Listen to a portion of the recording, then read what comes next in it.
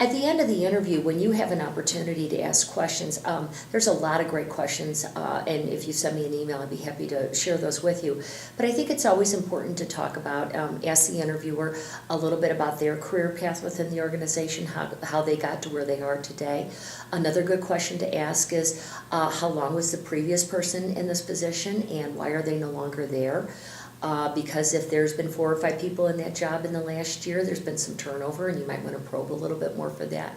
Another good question is to say, and this is one of my favorite questions, what do you think is the biggest challenge for a new employee within this position the first year? Because the interview might say, might give you some feedback that makes you think, oh, maybe I'm not a good fit for this, and you may end up selecting out. But that's a probing question about how the organization works.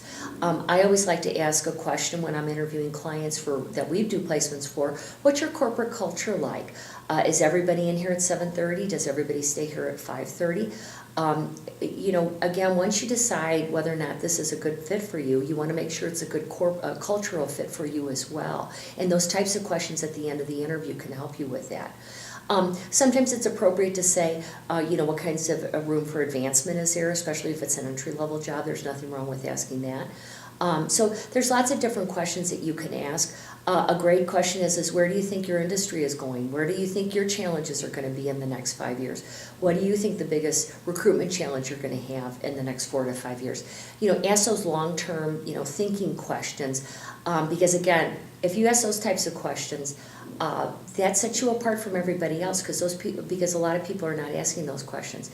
And I'll close with this. If you're a salesperson and you don't try to close that interviewer at the end of the interview, shame on you. When I get finished talking to a client, I always ask them, and you can phrase it this way: I've got a really tough question for you. I wanted to know if it was okay to ask it, and I promise you it's okay to be honest. And that makes them sit back in their chair, because hardly anybody ever asks them that question. And then when they always say yes, and then you say, why wouldn't you hire me for this job?